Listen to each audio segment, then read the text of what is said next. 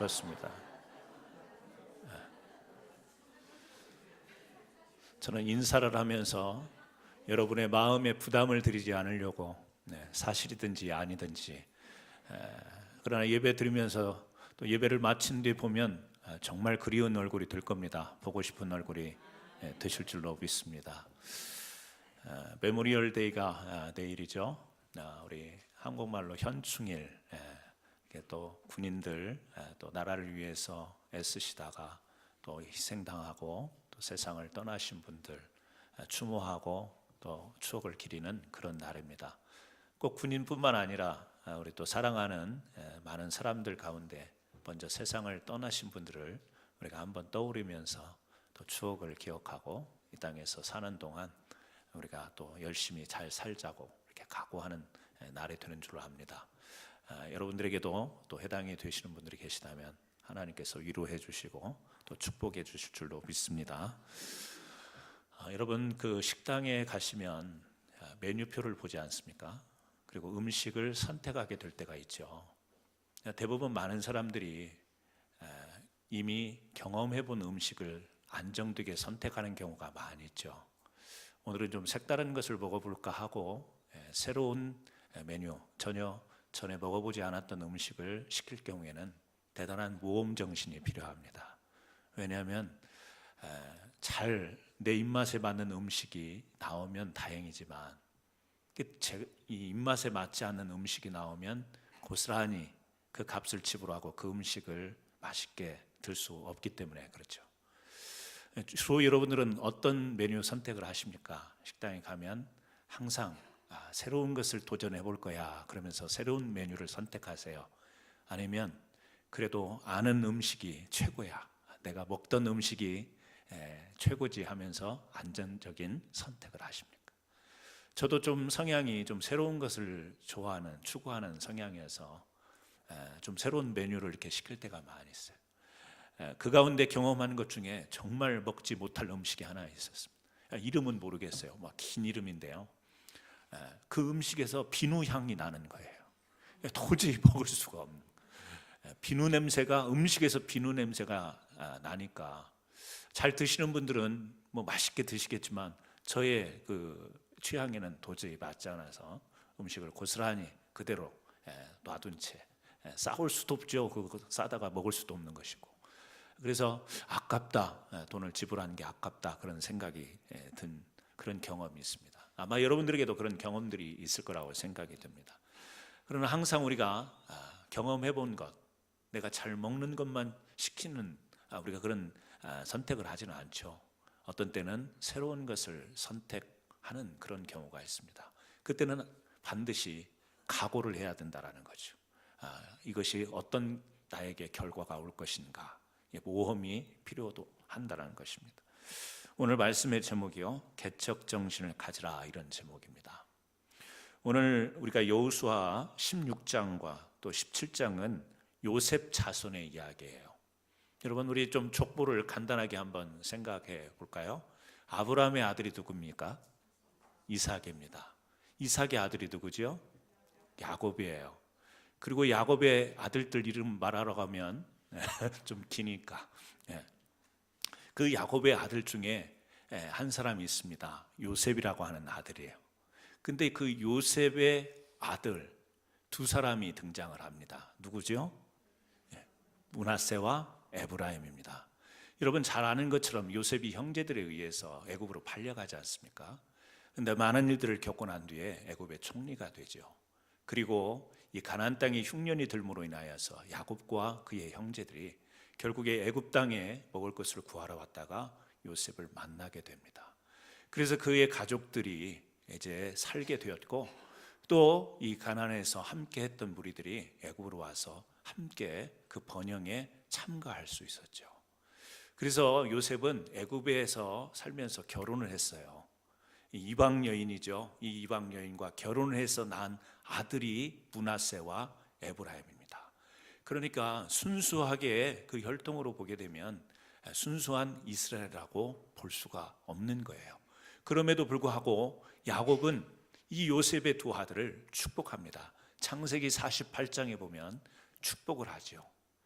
그 요셉의 공로를 생각하고 똑같은 자식으로, 똑같은 가족으로 또 그 이방 여인의 아이를 며느리로 받게 되었지만 한 가족으로 이렇게 받으면서 축복 기도하는 것을 볼 수가 있습니다. 오늘 사실 내용은 바로 이 요셉 자손인 에브라임과 므낫세, 그 이제 가족을 잃은, 가문을 잃은 지파의 이야기입니다. 여호수아가 이제 인도자가 되어서 가나안 땅에 이스라엘 백성들이 이제 그 여리고성과 아이성을 점령하고 가나안 땅을 정복해 갑니다. 그러는 가운데 야곱의 12 자손을 따라 지파죠, 이 땅을 분배하게 되었죠. 여호수아는 이 요셉 지파 에브라임과 므낫세입니다. 지파별로 한 땅을 이렇게 정해서 줘야 되는데 사실은 세 지파의 몫을 땅을 주게 돼요.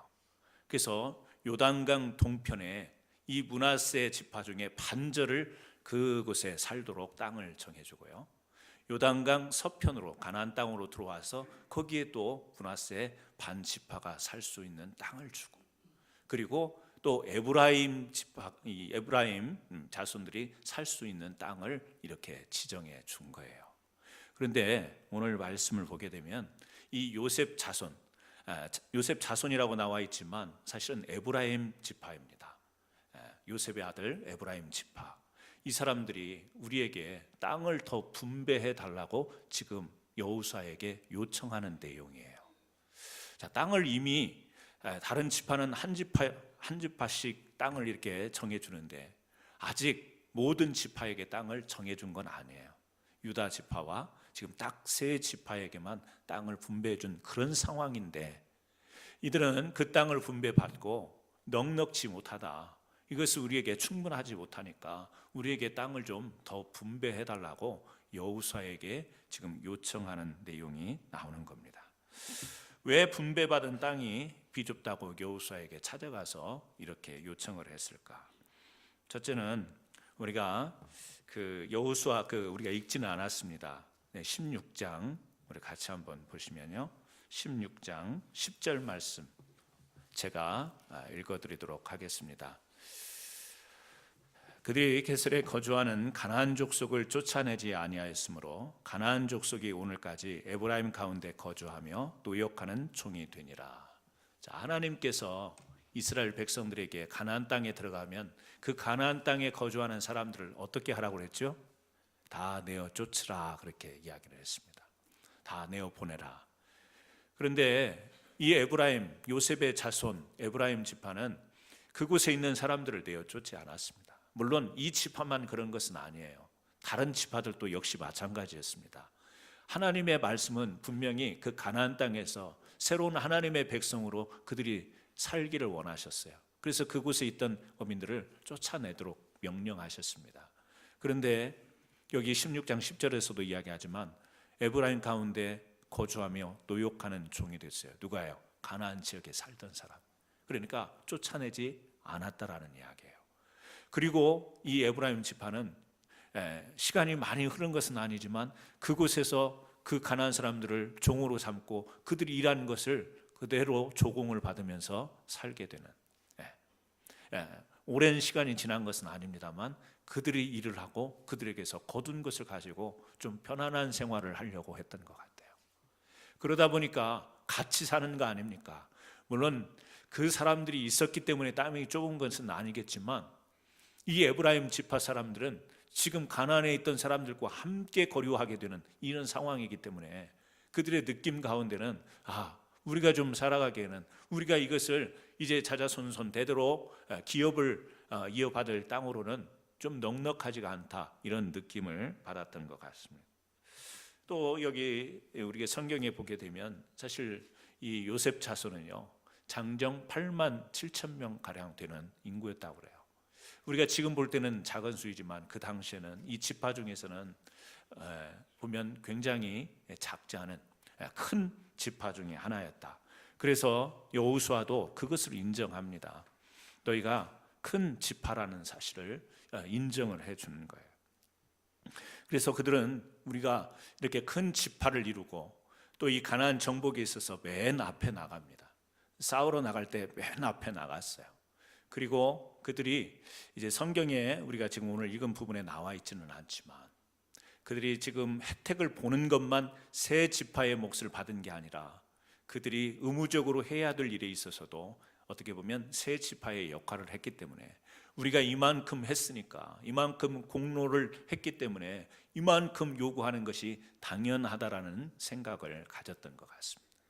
그러니까 그들은 당당하게 여호수아에게 나가서 우리가 이만큼 우리도 의무를 감당하는데 우리에게 당연히 돌아와야 되지 않는가. 그런데 이 17장 14절에 보게 되면 요셉 자손이 여호수아에게 말하여 이르되 여호와께서 지금까지 내게 복을 주심으로 내가 큰 민족이 되었거늘. 우리가 커졌다라는 거죠. 인구가 많다라는 것이죠. 당신이 나의 기업을 위하여 한 제비 한 분깃으로만 내게 주시면 어찌미니까. 이렇게 우리 지파가 규모가 커졌는데 다른 지파처럼 똑같이 주면 어떡하냐. 또 우리가 공로도 있는데 그것에 대해서 좀 뭔가 보상적인 측면으로 우리를 땅을 더 분배해 줘야 되지 않겠는가. 이렇게 당당하게 이야기하는 데는요, 사실 여호수아가 바로 에브라임 지파의 사람이었기 때문에 아무래도 같은 지파에 속한 사람에게 이렇게 요청하면 다른 지파의 뭐 같은 민족이긴 하지만 다른 지파의 사람도 아니고 자기 지파에 속했던 지도자 여호수아가 우리의 요청을 들어줄 것이다 이렇게 생각을 했겠죠. 그런데 우리가 사실 성경에 나와 있지 않는 진짜 이 이스라엘 요셉의 이 에브라임 지파의 자손들이 이 땅을 더 분배받기를 원하는 데는 그들이 아니라는 생각을 했기 때문이다. 저는 그렇게 생각이 되어집니다. 다시 말하면 무언가 지금 이 세 지파만 땅을 분배받고 앞으로도 계속해서 이 정복의 싸움은 계속되어야 돼요. 아직 7지파가 남아 있습니다. 그들에게도 땅을 분배해 줘야 돼요. 그렇다면 자기네들이 땅을 분배받았기 때문에 이제 딱 손을 끊어버리고 가만히 안주해서는 안 되는 그런 상황이에요. 그럼에도 불구하고 욕심이 있는 거죠. 자기네들이 살 곳을 먼저 생각하는 거죠. 아직 땅을 분배받지도 못한 지파가 7지파가 있는데도 불구하고 자기네들은 배정을 받았는데도 더 달라고 요구하는 것. 앞으로 우리는 편안하게 잘 살고 싶다라고 하는 그 욕심, 그 이유가 바로 이 여호수아에게 계속해서 땅을 더 분배해 달라고 요청하는 거죠. 여러분, 오늘 이 말씀을 통해서 우리가 좀 생각해 보려고 하는 것이 있습니다. 그것은 바로 이 요셉 자손과 이 여호수아와 대조되는 정신이에요. 첫 번째로 우리가 여호수아가 이 요셉 지파의 요구에 어떻게 응하는가. 오늘 15절에 그렇게 나와 있죠. 여호수아가 그들에게 이르되 네가 큰 민족이 되므로 에브라임 산지가 내게 너무 좁을진대. 이 에브라임 지파가 요청한 것을 인정해 주는 거예요. 그렇지, 너희 지파가 큰 민족을 이뤘지, 규모가 커졌지, 하나님의 복을 받아서 규모가 커졌지 인정해 줍니다. 그리고 에브라임 산지가 너에게 준 땅이 좁다라고, 좁을진대, 너무 좁을진대 이렇게 이야기해요.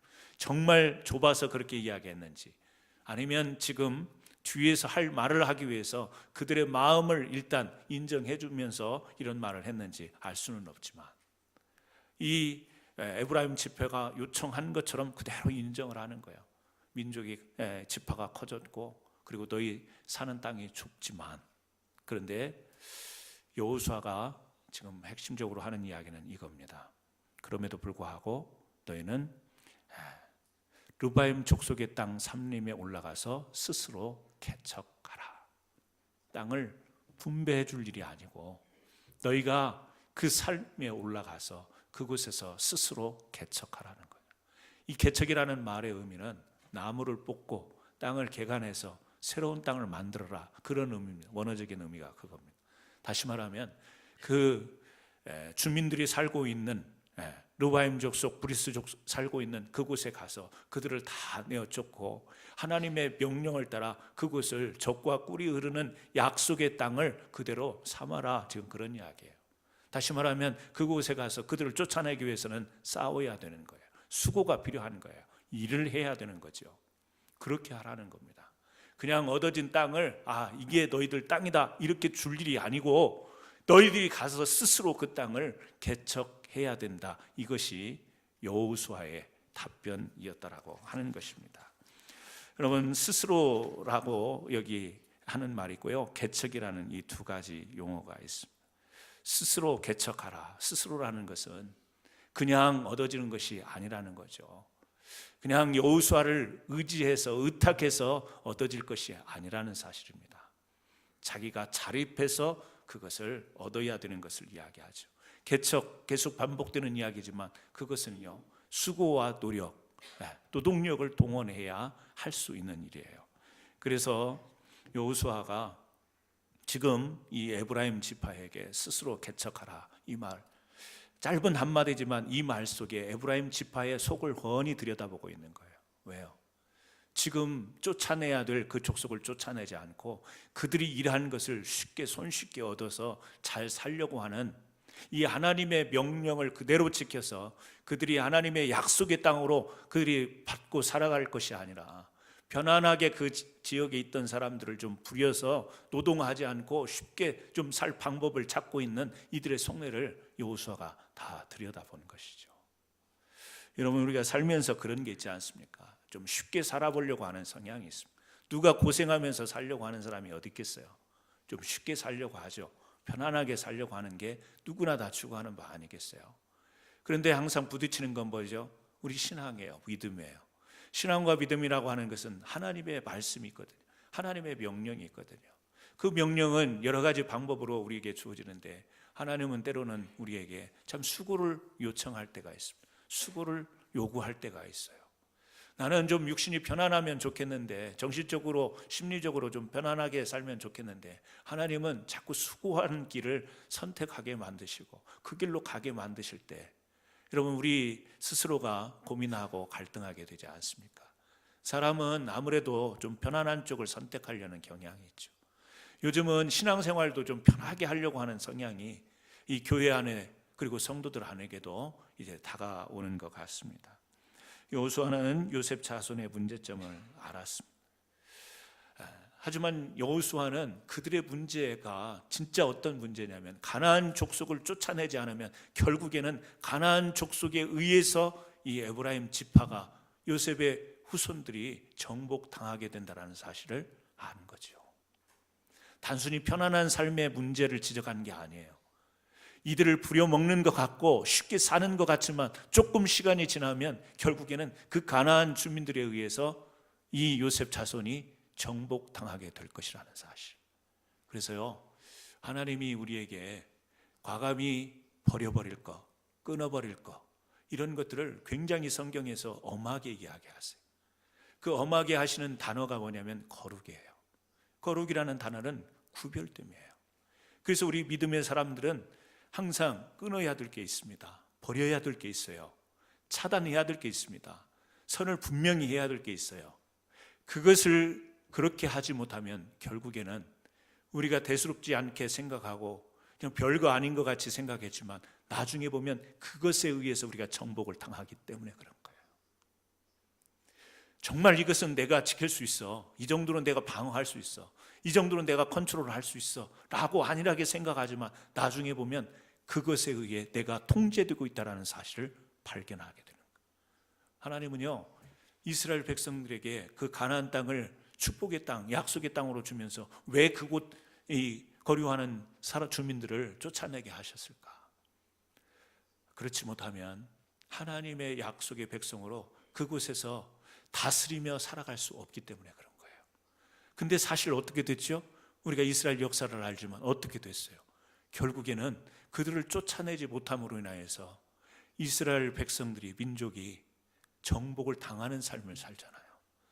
나중에는 솔로몬 이후에는 나라, 민족이 다른 이 아수르 바벨론에게 다 빼앗겨버리는 이와 같은 아픈 역사를 기록하게 되잖아요. 이미 그 전의 전조로 여기에 나타나는 거예요. 쫓아내지 않았습니다. 그리고 같이 거기에서 살면서 그들을 종으로 부려서 편안하게 살지만 얼마 되지 않아 그들은 이제 그들이 다스리는 삶을 살지 못하게 되는 형편에 처하게 됩니다. 여호수아는요, 그것을 아는 거예요. 그래서 여호수아는 그들을 염려하고 걱정하는 가운데 그냥 쉬운 방법만이, 쉬운 편만이 그들이 살 길이 아닌 것, 이것을 그들에게 깨우쳐주고 그들에게 이 메시지를 전하기 위해서 스스로 개척해야 된다. 이것은 땅을 갈구고 이 땅을 이렇게 돋구어서 먹고 사는 기반을 마련하라는 이야기가 아니에요. 이 말은 다시금 주어진 그 땅에서 하나님의 명령과 말씀을 붙잡고 그곳 거류들을 다 쫓아내고 하나님이 주신 것을 다스리며 살도록 지금 촉구하는 내용이지, 그냥 살 땅 밭을 가꾸고 먹을 것을 지배하고 짐승들을 키울 수 있는 땅의 기반을 잡으라, 스스로 개척하라, 그런 의미가 아니라는 사실이에요. 인류 역사 가운데는 항상 개척하는 곳에 놀라운 역사들이 일어났던 것을 우리는 잘 알고 있죠. 개척이라고 하는 것은 우리가 이런 의미로도 우리가 받아들이지 않습니까? 새로운 것을 시도하는 것. 여러분, 땅이라고 하는 것은 사실 애굽 땅이나 가나안 땅이나 그렇게 다를 바가 없어요. 현지를 다녀오신 분들은 알겠지만 그 땅이 그 땅 같아요. 아주 척박한 땅입니다. 그런데 그것이 왜 새로운 곳인가? 거기는 하나님의 약속이 있기 때문에 그런 거예요. 한국에 사나 미국에 사나 우리가 좀 문화가 다르고 언어가 다르고 하지만 우리가 똑같은 24시간 보내면서 사람 사는 곳에 같은 점들이 많이 있지 않습니까? 그런데 우리가 이민이라고 하는 이 삶을 추구할 때는 이 새로운 것에 대한 도전이 있는 것이고, 특별히 우리 믿는 자들이 어디서 사는가 하는 것은 우리 나름대로 하나님 앞에서 이 사명을 갖고 살기 때문에 우리는 새로운 곳, 새로운 경험, 새로운 것에 대한 도전이 있는 것이죠. 여러분, 그렇습니다. 우리가 새로운 것을 시도한다라는 것이 새로운 경험을 위한 것이 아니라 어떻게 보면 우리 믿는 자들에게는 사명이에요. 사명이라고 하는 것은 다스리는 것을 의미합니다. 하나님이 우리에게 이런 일을 하게 하신다라고 주는 이 사명은 그것을 우리가 함으로 인하여서 하나님의 뜻에 가까운 실현하는 다스림의 의미가 있다라고 하는 것이죠. 아담과 하와에게 에덴 동산을 주시고 그것을 다스리게 하셨어요. 그들의 사명은 그 모든 만물의 이름을 짓고 그것을 정복하고 다스리는 게 사명이었어요. 하나님께서 우리에게 사명을 주실 때는 그것을 잘 활용하여 우리가 다스리는 데 목적이 있는 것이지 정복당하는 데 하나님께서 사명을 주시지 않습니다. 하나님이 우리에게 사명을 주시는데 너 이렇게 정복당하라 하고 주시는 사명이 어디 하나 있겠어요? 그런 사명은 없습니다. 정복하라는 사명이지 정복당하라는 사명은 하나님이 우리에게 절대 주시지 않는 거예요. 지금 요셉 자손에게서 보여지는 모습은 어떤 위험성이 있냐면 정복하라고 주신 땅에 지금 정복당할 수 있는 가능성을 지금 드러내고 있다는 사실이에요. 우리의 신앙생활이 하나님의 말씀으로 우리가 세상에 나가서 정복하고 다스리고, 물론 정치적인 물리적인 그런 의미를 말하는 게 아니에요. 영적인 것이죠. 우리가 그렇게 세상에 나가서 살아야지 세상의 문화에, 세상에 어떤 돌아가는 모든 것에 우리가 자꾸 정복당하고 끌려당하는 것을 하나님이 원하시겠냐라는 거죠. 그러므로 오늘 이 요셉 자손에게서 보여지는 것은 뭐냐면 새로운 사명에 대한, 다시 말하면 오늘 용어로 보면 이 개척 정신이 부족한 거예요. 그곳에 가서 하나님이 주신 땅에서 하나님이 주신 말씀대로 정복하고 다스리는 삶을 살아야 되는데 이 사명의식이 부족하다 보니까 당장 눈에 보이는 대로 이 땅은 우리에게 만족이 되지 않습니다. 우리 잘 먹고 잘 살아야 되는데 이 땅 가지고 되겠습니까? 이 땅 가지고 부자가 되겠습니까? 이런 삶을 살아서 우리가 행복하겠습니까? 뭐죠? 사명이 보이는 게 아니라 현실의 삶의 문제가 보이기 때문에 결국에는 나중에 삶의 문제에 자신들이 정복당하는 삶을 살 수밖에 없다라는 거죠. 여러분, 우리 믿음의 사람들도 마찬가지예요. 하나님의 사명을 붙들고 살아가면 자꾸 하나님이 주신 새로운 도전을 하게 됩니다. 하지만 사명을 받은 믿음의 백성들이 자꾸 삶의 문제 속에서 행복과 편안함을 추구하다 보면 나중에 보면요, 그런 세상의 삶에 우리가 지배당하고 우리가 끌려가는 삶을 살 수밖에 없는 거예요. 그러니까 크리스찬들이 세상에서 강한 믿음의 영향력을 끼치지 못하고 믿지 않는 사람들과 똑같은 세상살이 걱정하고 염려하고 먹고 사는 문제에 한계에 부딪혀서 기도도 못합니다. 말씀도 보지 못해요. 신앙생활 못하고 봉사 못합니다. 헌신 못해요. 왜요? 세상 사는 게 너무 바쁘니까, 세상 살아가야 되는 게 너무 힘드니까, 나도 남만큼은 살아야 되고 남보다 조금 더 잘 살아야 되고 우리 자녀들은 내가 살았던 것보다 더 잘 살아야 되니까 세상에 내가 얽매이다 보면 언제 우리가 영적으로 세상을 다스립니까? 언제 우리가 세상을 정복하며 살아가요? 세상에 지배당하고 정복당하는 삶을 살 수밖에 없는 거죠. 오늘 요셉 자손이 보여주는 게 그거예요. 반면 앞에 보면 여러분 유다 지파 가운데에 갈렙이라는 사람이 나오잖아요. 여호수아와 함께 정탐했던 갈렙. 40세 때 이 광야로 나왔습니다. 40년 광야 생활을 보내고 80년이에요. 그리고 지금 여리고성부터 이 가나안 땅을 정복하는 이 싸움의 시간이 7년이에요. 그래서 87세가 되었을 때에 이 갈렙은 이제 땅을 분배받고 그는 또한 여호수아에게 그렇게 요청하잖아요. 전혀 이 풍요롭게 보이지 않는 헤브론 땅을 스스로 나아가서 개척하겠다라고 여호수아에게 요청하는 갈렙의 그 담대한 요청을 우리가 기억하지 않습니까? 척박한 곳이 나이가 들었어요. 그동안 80년이라고 하는 긴 세월을 고생했습니다. 또 이 가나안 땅에 들어와서도 7년이라는 시간을 계속해서 가나안 이 거민들과 싸우면서 이 일을 했어요. 이제는 그 나이면 이 정도로 나도 할 만큼 했다. 이제는 좀 쉴 때가 되었고 이제는 좀 누리면서 살 때가 되었다라고 그렇게 생각할 수 있는 형편이었지만 갈렙은 거기서 멈추지 않죠. 그리고 그 척박한 땅을 다시 나가서 싸우며 개척하겠다고 그 땅을 허락하라고 이렇게 하나님 앞에 선포하고 여호수아에게 요청하는 거죠. 여러분 너무 대조되지 않습니까? 유다 지파의 갈렙과 지금 요셉의 자손의 이 에브라임 지파와 전혀 다릅니다. 나이가 먹었다고 해서 개척을 못하는 게 아니에요. 젊다고 해서 개척하는 게 아니라 정신이 어떤 정신이 있느냐에 따라서 달라지는 겁니다. 우리 신앙생활도 그렇지 않습니까? 내가 그동안에 수십 년 동안 믿음 생활했고 교회 생활했고 말씀 묵상했고 기도 생활했고 나는 이런 신앙생활로 나는 계속해서 이렇게 안정적이고 일관되며 이런 신앙생활을 나는 꾸준히 하고 있다라고 우리는 그렇게 우리의 신앙을 정리할 수가 있겠죠.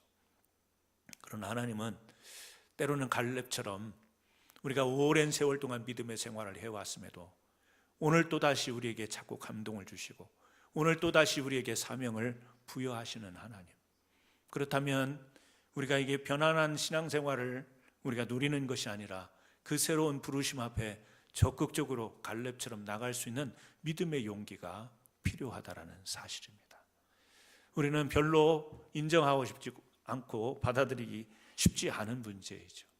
여러분 개척이라는 이 단어 자체를 보게 되면 벌써 우리 성도님들은 부담 갖기 시작하는, 목사님 또 무슨 일을 저지르려고 하시는가, 목사님 또 무슨 일을 시작하려고 하는가, 이런 부담 생각할 수 있겠죠.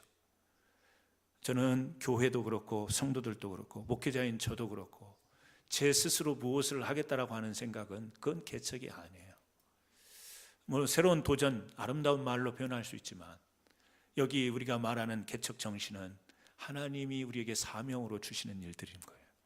하나님이 우리에게 주시는 사명의 일들이라고 할 때 우리는 그것을 어떤 정신과 자세로 임해야 되는가, 이것을 같이 나누고 싶은 겁니다.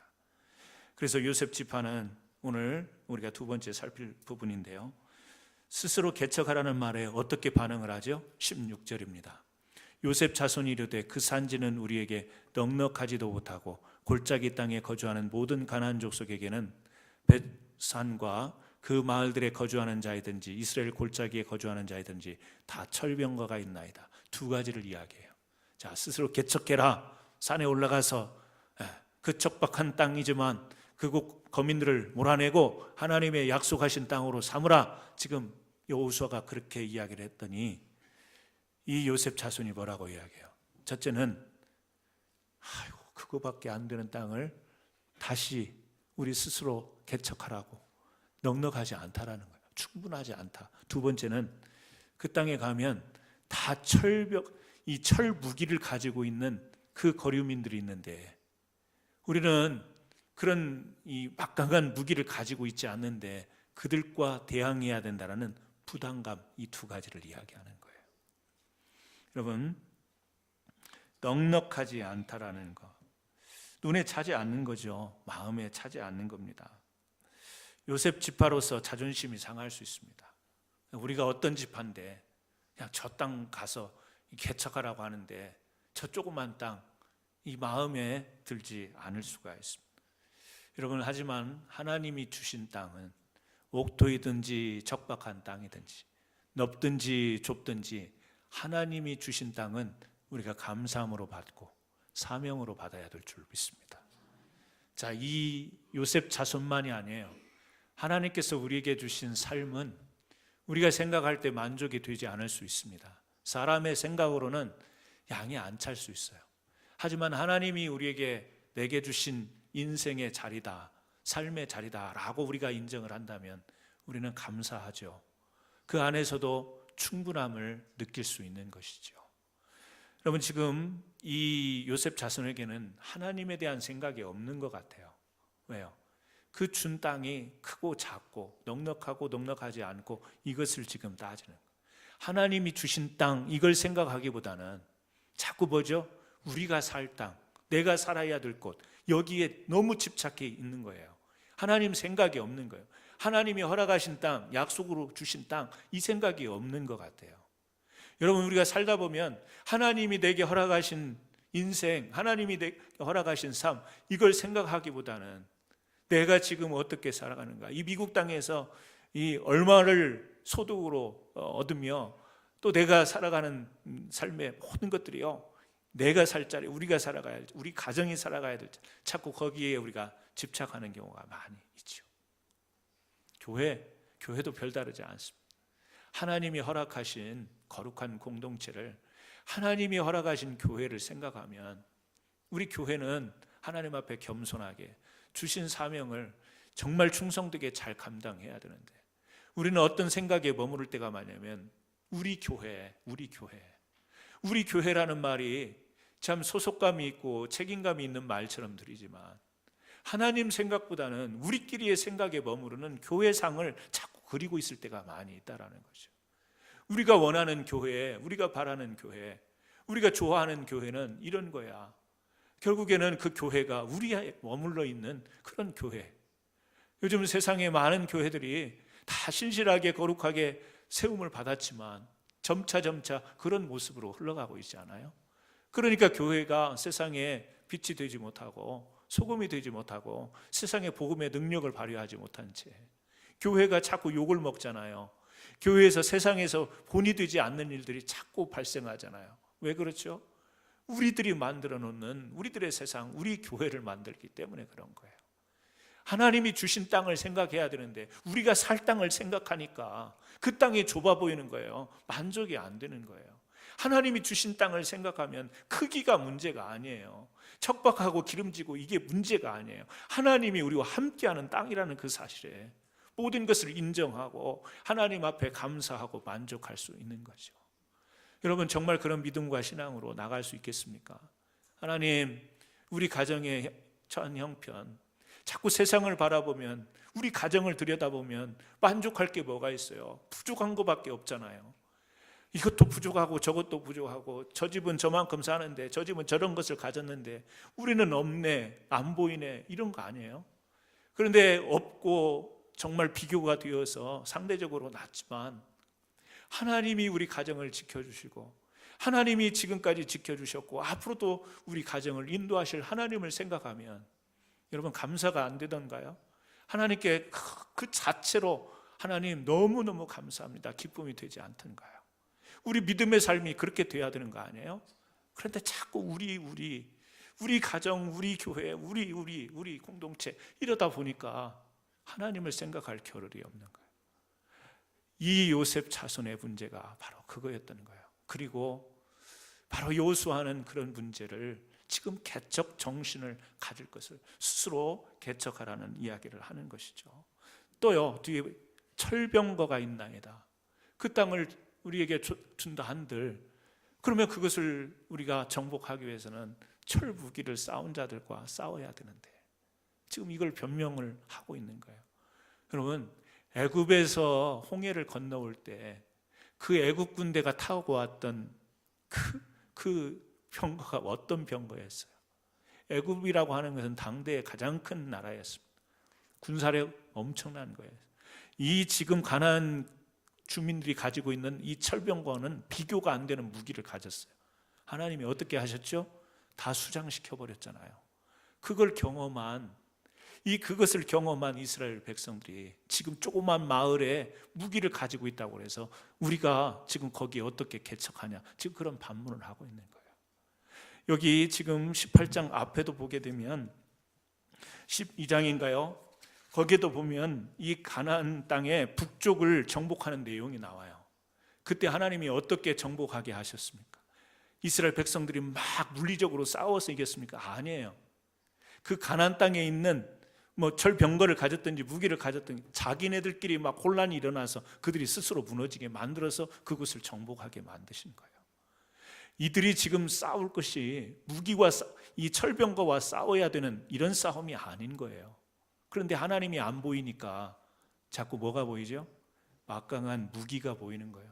우리가 저들과 대항할 수 있는 무기가 우리는 없는데, 하나님은 지금까지 어떻게 가나안 땅으로 인도하셨어요? 무기가 없음에도 불구하고, 구름기둥 불기둥만 보고 따라왔음에도 불구하고 적들을요 스스로 무너지게 만든 거예요. 그렇게 해서 인도를 하셨는데, 하나님이 안 보이니까 자기네들의 싸울 무기 우리 없는데 이게 보이는 거죠. 여러분, 믿음으로 사는 사람들은 이 지혜를 가져야 되죠. 이 영적인 통찰력을 가져야죠. 내가 가진 것으로 세상을 사는 게 아니라는 거, 내 실력으로 사는 게 아니라는 거. 세상 사람들은 실력을 자랑해요. 똑똑해 합니다. 저는 직접 봤습니다. 너무 똑똑한 그 사람 앞에 있으면 그냥 저절로 머리가 숙여져요. 뭐 말을